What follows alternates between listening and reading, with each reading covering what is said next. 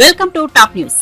Senior journalist Alapati Suresh Kumar రచించిన విధ్వంసం పుస్తక ఆవిష్కరణ కార్యక్రమం విజయవాడలో జరిగింది. నగరంలోని A1 కన్వెన్షన్ సెంటర్ లో గురువారం సాయంత్రం జరిగిన ఈ కార్యక్రమంలో టీడీపీ అధినేత నారా చంద్రబాబు నాయుడు, జనసేన పార్టీ చీఫ్ పవన్ కళ్యాణ్ తో పాటు పలువురు రాజకీయ నాయకులు పాల్గొన్నారు. రాష్ట్రంలో వైసీపీ ప్రభుత్వం ఏర్పడ్డాక జరిగిన పలు ఘటనలను ఎత్తిచూపుతూ ఆలపాటి సురేష్ కుమార్ విధ్వంసం పుస్తకాన్ని రచించారు.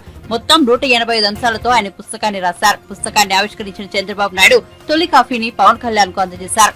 దేశ చరిత్రలో ఎక్కడా లేని రీతిలో ఆంధ్రప్రదేశ్ లో మీడియాపై ఆంక్షలు విధిస్తున్నారని చంద్రబాబు ఆగ్రహం వ్యక్తం చేశారు. ప్రజా చైతన్యానికి అక్షరమే ఆయుధంగా నిలవాలని ఆకాంక్షించారు. ప్రజల పక్షం వహించి ఈ పుస్తకాన్ని రచించారని, మొదటి పేజీ చదివితే ఈ విషయం అర్థమైందని జనసేన అధినేత పవన్ కళ్యాణ్ అన్నారు. జరిగిన ఘటనలను జరిగినట్టుగా ఎలాంటి భావోద్వేగాలు, పక్షపాతం లేకుండా రాశారని అన్నారు. కాగా ఇదే వేదికపై మరో సీనియర్ జర్నలిస్ట్ నీరుకొండ ప్రసాద్ రచన అక్షరాస్త్రం పుస్తకాన్ని కూడా చంద్రబాబు ఆవిష్కరించారు. ప్రజా సమస్యలను వ్యాసాల రూపంలో వెలుగులోకి తీసుకొస్తూ నీరుకొండ ప్రసాద్ ఈ పుస్తకాన్ని రాశారు.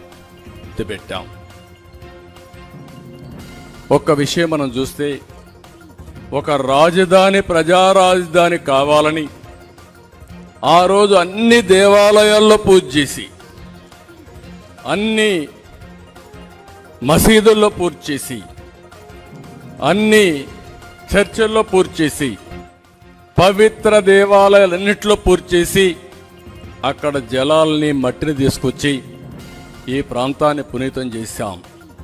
అంతమంది దేవతలు కూడా ఈ దుర్మార్గుడి చేతుల నుంచి ఈ యొక్క అమరావతిని కాపాడలేకపోయారంటే కనీసం ఆ విషయం సురేష్ గారు చెప్పగలిగారు. ఇంకొక విషయం మనం గుర్తుపెట్టుకోవాల్సిన అవసరం ఉంది. ఈ అమరావతి అనేది ఏదో ఇక్కడుండే రైతుల రాజధాని కాదు, రైతులకే కాదు. అక్కడ భూమి ఉంది. ఈరోజు ఆ భూమిలో కానీ రాజధాని కట్టుంటే ఈరోజు కొన్ని మీరు ఒకసారి చూసినప్పుడు ఈ ప్రాంతంలో, రాష్ట్రంలో ప్రతి ఒక్కరికి ఉపాధులు కల్పించే అవకాశం ఉండేది. కనీసం అమరావతిని మనం పూర్తి చేసిన తర్వాత ఈరోజు హైదరాబాద్లో నాకు బాగా జ్ఞాపకం, ఎన్నోసార్లు పవన్ కళ్యాణ్ గారు కూడా మేము మాట్లాడుకున్నాం, వారు కూడా నాకు గుర్తు చేశారు. ఆ రోజు హైదరాబాద్లో హైటెక్ సిటీ కట్టినప్పుడు అక్కడ భూమి విలువ ₹1,00,000. హైటెక్ సిటీ కట్టిన తర్వాత కోట్ల రూపాయలు పెరిగింది, అది వందల కోట్ల రూపాయలకు పెరిగింది. ఈరోజు ఒక్క అమరావతి కానీ ఈ 12 సంవత్సరాలు, ఈ 10 సంవత్సరాలు కానీ మనం చేస్తుంటే, అది ఒక షేప్కి వచ్చుంటే, మీరిచ్చినటువంటి భూమికి తగిన పరిహారం మీకు వచ్చేది. మీకు రావడం కాకుండా అమరావతి కట్టి కూడా ఒక 2 లక్షల కోట్ల రూపాయలు ప్రభుత్వానికి ఆదాయం వచ్చే విధంగా మీరు భూమి ఇచ్చారు. అంటే ఆ 2 లక్షల కోట్ల రూపాయలు నాదో, పవన్ కళ్యాణ్ గారిదో, ఈ కొండ అమరావతి రైతులది కాదు, రాష్ట్ర ప్రజల ఆస్తి. రాష్ట్ర ప్రజల ఆస్తిని విధ్వంసం చేశాడు. అదే అమరావతిలో బిల్డింగులు కనుక కడితే, అభివృద్ధి చేస్తే GST వస్తుంది, ఇన్కమ్ ట్యాక్స్ వస్తుంది, ఉపాధి వస్తుంది, పర్చేసింగ్ కెపాసిటీ పెరుగుతుంది, దానిపైన ఆదాయం పెరుగుతుంది. ఈ 10 ఏళ్లలో లక్షల కోట్ల రూపాయల ఆదాయం పెరిగేది.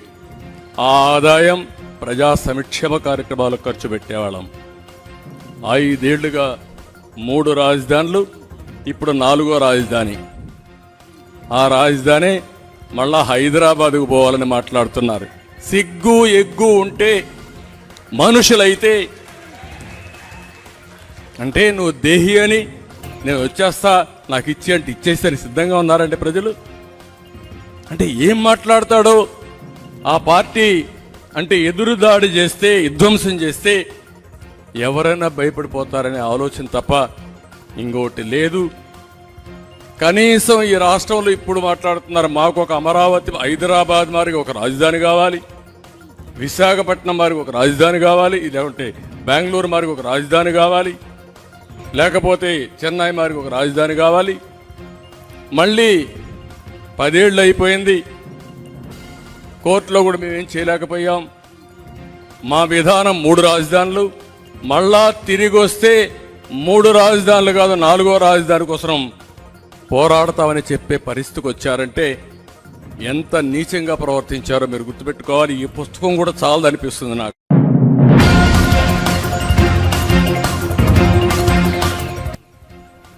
6 గ్యారెంటీల అమలుకు లెక్క ప్రకారమే కేటాయింపులు చేశామని డిప్యూటీ సీఎం ఆర్థిక శాఖ మంత్రి మల్లుబట్టి విక్రమార్క అన్నారు. బడ్జెట్ పై చర్చ సందర్భంగా ఆయన మాట్లాడారు. వాస్తవాలకు అనుగుణంగా బడ్జెట్ రూపొందించామని చెప్పారు. గత సర్కార్ బడ్జెట్ లో కేటాయింపులు ఎక్కువ చేసి ఖర్చు చేయలేదని గణాంకాలతో సహా వివరించారు. దళిత బంధులు నిధులు విడుదల చేయలేదని అన్నారు. తాము బడ్జెట్ లో కేటాయించిన మొత్తంలో 95% ఖర్చు చేసి తీరుతామని చెప్పారు.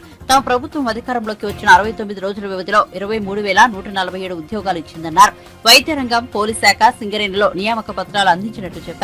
ఉన్న దాంట్లో సర్దుకుపోయేలా ప్లాన్ చేస్తున్నామని చెప్పారు. ఉద్యోగులకు సంబంధించి 2వ వేతన సవరణ కోసం 2 రిటైర్డ్ అధికారులతో కమిటీ వేశామని, నివేదిక రాగానే నిర్ణయం తీసుకుంటామని చెప్పారు. కేంద్ర ప్రభుత్వం నుంచి గ్రాంట్లు తెచ్చుకుని వినియోగించే ప్రయత్నం చేస్తామని, ఇందుకు బీజేపీ ఎమ్మెల్యేలు సహకరించాలని కోరారు. కేంద్రం నుంచి వచ్చే నిధులను వినియోగించిన పథకాలకు ప్రధానమంత్రి ఫోటోను తప్పక పెడతామని అన్నారు. తప్పనిసరిగా మేము కూడా ఆలోచన చేస్తా ఉన్నాం అధ్యక్ష. ఇచ్చినటువంటి 6 గ్యారెంటీలు కానీ, లేకపోతే రాష్ట్రంలో చేపట్టిన ఇరిగేషన్ ప్రాజెక్టులు కానీ, లేకపోతే రాష్ట్రంలో మనం అందరూ కల్పిస్తామని చెప్పినటువంటి ఉద్యోగాల గురించి కానీ, ఇతరత్ర అనేక అంశాలన్నింటినీ కూడా పరిగణలో తీసుకొని ఉన్నటువంటి రెవెన్యూసే కాకుండా ఆల్టర్నేటివ్ రెవెన్యూస్ పెంచుకోవటం కోసం, పన్నులు వేయకుండానే ఆల్టర్నేటివ్ రెవెన్యూస్ని పెంచుకోవటం కోసం, ఉన్నటువంటి గ్యాప్స్ ఫిల్ చేయడం కోసం ఈ ప్రభుత్వం సుదీర్ఘంగా ఆలోచన చేస్తాం. తప్పనిసరిగా అవసరమైతే కొంతమంది కన్సల్టెంట్స్ పెట్టుకునైనా, ఇంటర్నేషనల్లీ రినౌండ్ కన్సల్టెంట్స్ పెట్టుకునైనా ఈ ఆల్టర్నేటివ్ రెవెన్యూస్ని పెంచుకోవడం కోసం ఆలోచన చేస్తాం అధ్యక్ష. తప్పనిసరిగా మీ సూచన వ్యాలిడ్గా తీసుకుంటాం అధ్యక్ష.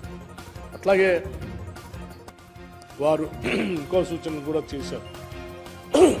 రాష్ట్ర ముఖ్యమంత్రి గారు మీరు ముఖ్యమంత్రిగానే ఉండాలి, బాగా పాలించాలని. చాలా సంతోషం, me welcome it.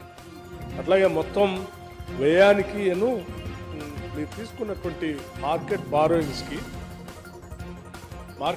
Open market borrowings తీసుకున్న తర్వాత కూడా ఇంకా ఫిజికల్ డెఫిసిట్ ఉంది ఏంటి అన్నారు అధ్యక్ష.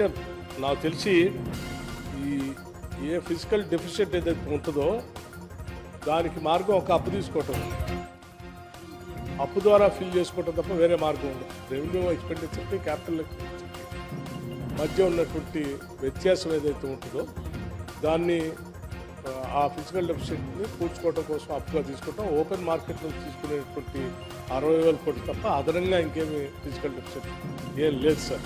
ఒకసారి దాన్ని వారు ఒకసారి పరిగణలో తీసుకోవాల్సిందిగా నేను కోరుతా ఉన్నాను. అట్లాగే ఇందిరమ్మ ఇళ్లకి సరిపోయేటువంటి నిధులు లేవు.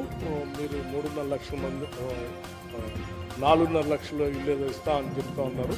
3,500 లెక్క అని కాదు అధ్యక్ష. అవసరం అయితే మేము 5 లక్షల వరకు కూడా ఇల్లు ఇవ్వడానికి సిద్ధంగా ఉన్నాం అధ్యక్ష. ఎందుకంటే అక్కడక్కడ కొద్దిమంది ఆ నియోజకవర్గాల్లో కొంత జనాభా ఎక్కువ ఉండొచ్చు, పేదవాళ్ళు ఎక్కువ ఉండొచ్చు, లేకపోతే మా ప్రతిపక్ష నాయకులు ఎవరైనా 1-2 ఏళ్ళు ఎవరైనా వచ్చి అడిగితే ఇవ్వటానికి కొంత మేము ఎవరికైనా అధ్యక్ష మీకిచ్చినా అది మా రాష్ట్రమే, మన రాష్ట్రమే. సో మేము రాష్ట్రం సమూలంగా అభివృద్ధి చెందాలని కోరుకుంటున్నాం. కేవలం మేము మాత్రమే ప్రాతినిధ్యం వచ్చే నియోజకవర్గాలు అభివృద్ధి చెందాలా, మిగతా వాళ్ళకి వద్దని అనుకుంటే తప్పనిసరి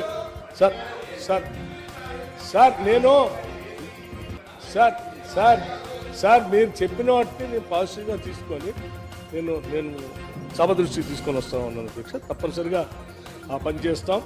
అట్లాగే దళిత బంధు గురించి కూడా చెప్పారు అధ్యక్ష.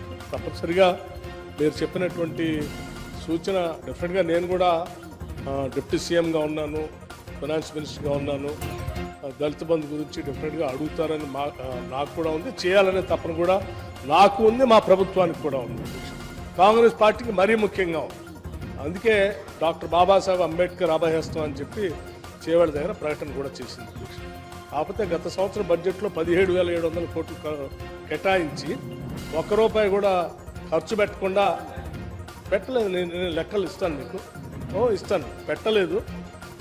అలా దాన్ని వదిలేస్తేనే ఇగో దీంట్లో ఇప్పుడు మనం సప్లిమెంటరీ ఎస్టిమేట్స్ 2023-24 ఎక్స్పెండిచర్ పెట్టుకున్నాం కదా. దాంట్లో కూడా మనం ఈ దళిత బంధు సంబంధించి 16,945 కోట్లు అటే పోయింది. సో 17,700 కోట్లలో 17,700 కోట్లలో ₹1 కూడా మీరు నిధులు రిలీజ్ చేయలే.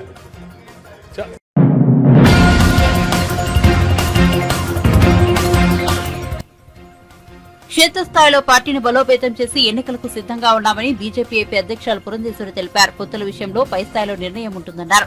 రాష్ట్రంలో నిరంకుశ అవినీతి పాలన రాజ్యమేలుతోందని విమర్శించారు. నెల్లూరులో నిర్వహించిన మీడియా సమావేశంలో ఆమె మాట్లాడారు. రాష్ట్రంలో అన్ని రకాల మాఫియాలు కొనసాగుతున్నాయి. ఇసుక అక్రమాలపై కోర్టు కూడా నిర్ణయం తీసుకోబోతోంది. గ్రామాల అభివృద్ధిలో ప్రభుత్వం పూర్తిగా విఫలమైంది. అభివృద్ధి కుట్టుపడింది. కేంద్రం నుంచి నిధులు వస్తున్నా దుర్వినియోగం చేశారని పేర్కొన్నారు. నేపథ్యంలోనే కేంద్ర మంత్రిత్వ శాఖ వెంటనే వారు ఒక కమిటీని పంపించి ఇక్కడ ఉన్నటువంటి పరిస్థితుల్ని సమీక్షించమని చెప్పినప్పుడు ఖచ్చితంగా ఇక్కడ గ్రామీణాభివృద్ధిని ఆకాంక్షించి ఏదైతే ఉపాధి హామీ పథకం కింద నిధులు వస్తున్నాయో, పంచాయతీలకి నిధులు వస్తున్నాయో వాటన్నిటినీ కూడా రాష్ట్ర ప్రభుత్వం దారి మళ్లించినటువంటి విషయం వాస్తవం అని చెప్పి వారు ఒక నివేదిక ఇచ్చారు. ఇది భారతీయ జనతా పార్టీ ఈ అంశాన్ని తీసుకుని కేంద్ర ప్రభుత్వం దృష్టికి తీసుకెళ్ళినటువంటి నేపథ్యంలోనే ఇది సాధ్యమైంది అనేటువంటి విషయం ఇక్కడ ప్రజలందరూ కూడా గమనించాలి. ఎందుకంటే వచ్చినటువంటి కమిటీ ఏదైతే ఉందో తన నివేదిక ఇచ్చినటువంటి నేపథ్యంలో దారి మళ్లించేటట్టయితే మేము డబ్బు అనేది ఒక పైసా కూడా విడుదల చేయము.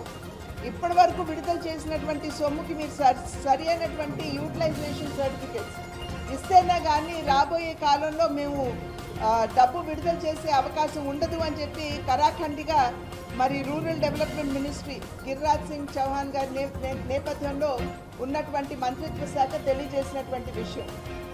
మరి అదేవిధంగా నిన్న మొన్న కూడా మేము ఈ దొంగ ఓట్లకి సంబంధించినటువంటి అంశాన్ని సెంట్రల్ ఎలక్షన్ కమిషనర్ వారి దృష్టికి తీసుకుని వెళ్ళాం. ప్రత్యేకించి పక్కన ఉన్నటువంటి తిరుపతి నియోజకవర్గంలో బై ఎలక్షన్ జరిగినటువంటి సందర్భంలో ఒక్క తిరుపతి నియోజకవర్గంలోనే అసెంబ్లీ నియోజకవర్గంలో 35,000 దొంగ ఓట్లు అక్కడ వేయించారు అనేటువంటి విషయం మనందరికీ తెలుసు. మనం కూడా మీడియాలో చూసాం, ప్రతి ఒక్కరు చూసుంటారు. లారీల బస్సుల నిండా ప్రజల్ని పక్క నియోజకవర్గాల నుండి తీసుకుని వచ్చి ఇక్కడ తిరుపతిలో ఏ విధంగా ఓటు వేయించారో మనందరికీ తెలుసు. ఎపిక్ కార్డ్స్ డౌన్లోడ్ చేసి ఫోటోలు వేరే వాళ్ళకి పెట్టి ఫోటోలు బ్లర్ చేసేసి వాటిని సరిగ్గా కనపడకుండా చేసి ఏ విధంగా అక్కడ 35,000 ఓట్లని వారు దొంగ ఓట్లు వేయించారో మనందరికీ తెలియనటువంటి విషయం కాదు. భారతీయ జనతా పార్టీ ఈ అంశాన్ని తీసుకుని సెంట్రల్ ఎలక్షన్ కమిషనర్ వారికి ఫిర్యాదు చేసినటువంటి నేపథ్యంలో రుజువులతో సహా పెన్ డ్రైవ్లో పెట్టి రుజువులతో సహా వారి దృష్టికి తీసుకెళ్ళినటువంటి నేపథ్యంలోనే మనం చూసాము. మొన్నటి వరకు కూడా ఇక్కడ తిరుపతి కమిషనర్గా బాధ్యతలు చేపట్టినటువంటి గిరీష్ గారు కావచ్చు, ఇంకొక ఆఫీసర్ చంద్రమౌళి వారు డిప్యూటీ కమిషనర్ వారు కావచ్చు, అదేవిధంగా ఐపీఎస్లు కూడా పోలీస్ ఆఫీసర్లు కూడా నివేదిక అడిగినప్పుడు కేవలం 7,000 మంది మాత్రమే ఈ ఎలక్షన్ ఈ ఫిర్యాదు నేపథ్యంలో మార్పు కావాలి అని అడిగారు అని చెప్పి కలెక్టర్ గారు చెప్పినటువంటి నేపథ్యం.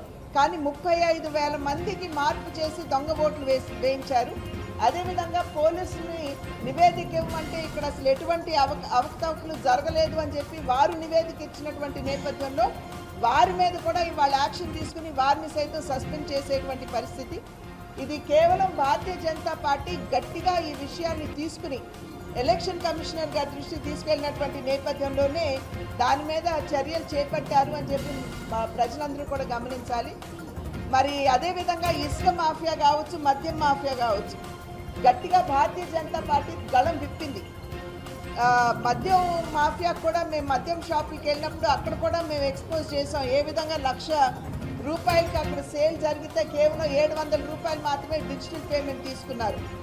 అదేవిధంగా ఇసుక రీచ్లకి వెళ్ళి కడియం దగ్గర ఉన్నటువంటి ఇసుక రీచ్ల దగ్గరికి వెళ్ళి అక్కడ అవినీతిగా చేస్తున్నటువంటి ఇసుక మైనింగ్ బోట్స్మెన్ సొసైటీస్ని కూడా పక్కన పెట్టేసి జేసీబీలతో డైరెక్ట్గా నదుల్లోకి వెళ్ళిపోయి నది గర్భం నుండి అక్కడ అవినీతిగా చేస్తున్నటువంటి ఇసుక మైనింగ్ దాన్ని కూడా ఇవాళ భారతీయ జనతా పార్టీ చాలా సమర్థవంతంగా దాన్ని కూడా ఎక్స్పోజ్ చేయడం జరిగింది. ఆ నేపథ్యంలోనే ఇవాళ ఎన్వైరన్మెంట్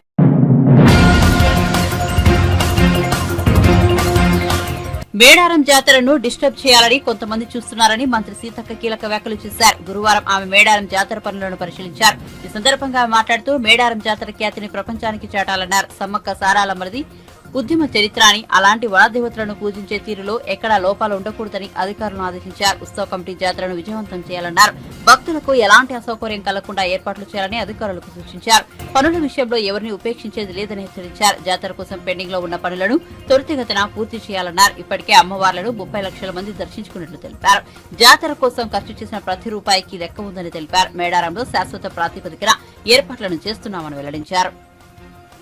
ప్రజాప్రతినిధిగా, ఈ ప్రాంత బిడ్డగా, అనువనువన తెలిసిన వ్యక్తిగా నా సూచనలు ఏదున్నా కూడా వారు ఎప్పటికప్పుడు అనుసరిస్తా ఉన్నాడు. కాబట్టి ఇప్పటి వరకు శానిటేషన్ ప్రాబ్లమ్స్ రాకుండా చేస్తా ఉన్నారు. మీరందరూ కూడా మీకు లాస్ట్ జాతరలో బాధ్యతలు ఇచ్చిరా లేదా నాకు తెలియదు, కానీ నా డిపార్ట్మెంట్ కాబట్టి అదేవిధంగా అక్కడ ప్రిన్సిపల్ సెక్రటరీ గారు, ఇక్కడ కమిషనర్ గారు కూడా స్పెషల్గా కేర్ తీసుకొని ఇది మన శాఖ, మన మంత్రి గారు ఇక్కడ నుంచి ప్రాతినిధ్యం వహిస్తున్నారు.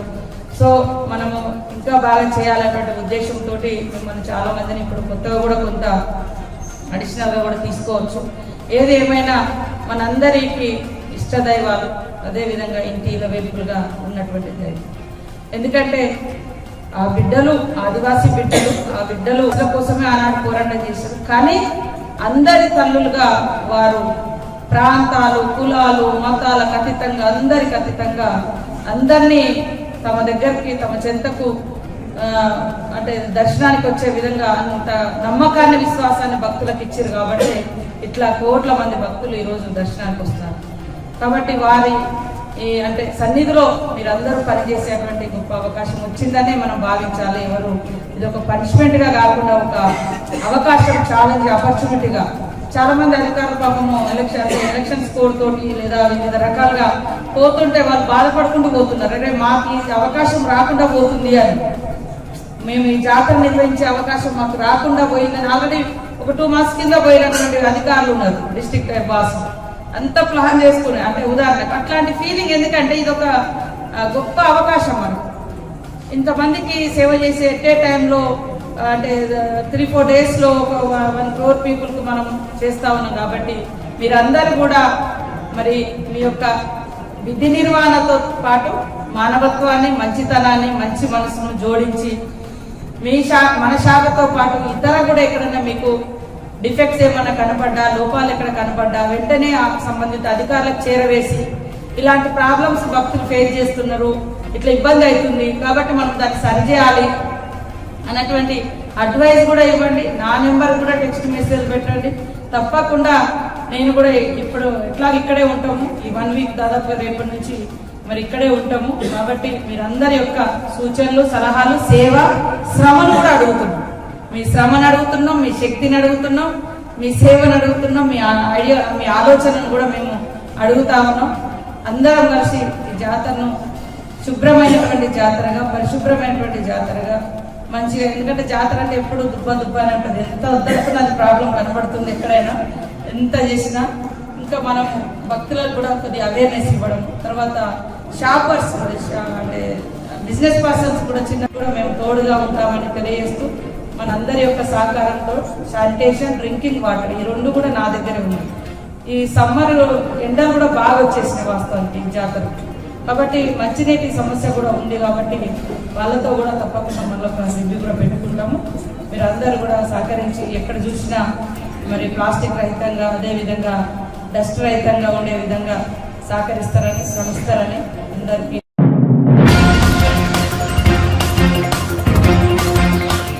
హయాంలో తెలంగాణకు అన్యాయం జరిగిందని కేంద్ర మంత్రి, బీజేపీ తెలంగాణ రాష్ట్ర అధ్యక్షుడు కిషన్ రెడ్డి ఆరోపించారు. కొత్తపల్లి, మనోహరాబాద్ నూతన రైలు మార్గంలో సిద్దిపేట జిల్లా కొమరవెల్లి ఆలయానికి సమీపంలో రైల్వే స్టేషన్ నిర్మాణానికి మధ్యప్రదేశ్ ముఖ్యమంత్రి మోహన్ యాదవ్ తో కలిసి ఆయన భూమి పూజ చేశారు. ఈ సందర్భంగా కిషన్ రెడ్డి మాట్లాడుతూ తెలంగాణలో రైల్వే స్టేషన్లు తక్కువగా ఉన్నాయన్నారు. 2014 రైల్వే బడ్జెట్ లో తెలంగాణకు 250 కోట్లు కేటాయిస్తే ఇప్పుడు ఇది 6,000 కోట్లకు పెరిగిందని గుర్తు చేశారు. మెదక్, సిద్దిపేట రైల్వే లైన్లను కూడా బీజేపీ ప్రభుత్వమే ఇచ్చిందని గుర్తు చేశారు. పోలీస్ అధికారులు, పత్రికా విలేకరులు అందరికీ పేరు పేరున నమస్కారాలు.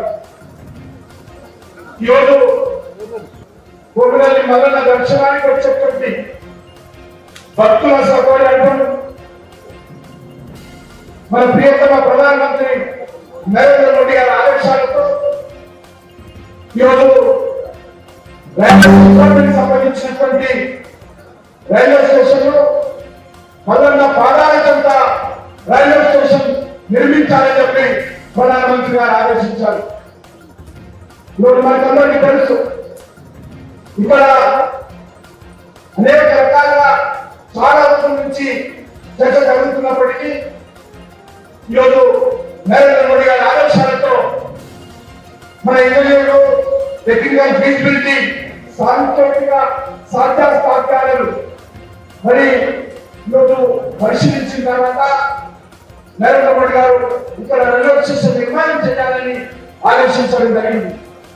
రైల్వే శాఖ మంత్రి అశ్విని వైష్ణవ్ గారు కూడా దీనికి ఎంతో సహకరించి ఈ యొక్క రైల్వే స్టేషన్ నిర్మాణానికి వారు కూడా మద్దతు జరిగింది. కొమరవెల్లి కొండ ప్రాంతంలో ఉంది. చుట్టుపక్కల ఏకవారం ఉన్నది. ఈ రైల్వే స్టేషన్ కట్టడము సాంకేతికంగా టెక్నికల్ గా ఫీజిబిలిటీ కావాలంటే కూడా గతంలో నివేదిక రావడం జరిగింది. కానీ నరేంద్ర మోడీ గారు మరొకసారి, ఎందుకంటే మల్లన్న స్వామి దర్శనానికి కొమరవెల్లికి ప్రతిరోజు వేలాది మంది వస్తారు, చాలా ప్రాణాలతో వస్తారు. రైల్వే స్టేషన్ అంటే సేవగా వాళ్ళు ఇక్కడికి రావచ్చు, దర్శనం చేసుకోవచ్చు. మన ప్రాంతాలకు రైల్వే స్టేషన్ దీనికోసము ఈరోజు సంస్థల రైల్వే అధికారులు మరి చాలా సంవత్సరంగా మరి సంవత్సరాలకు మంత్రి అశ్విని వైష్ణవ్కు అధికారులకు మన తెలంగాణ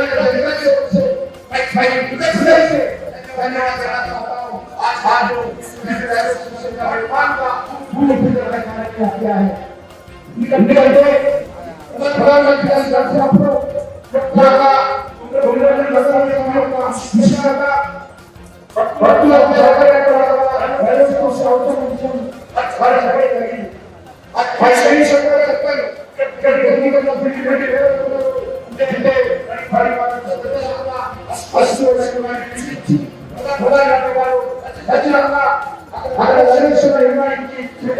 తీసుకొని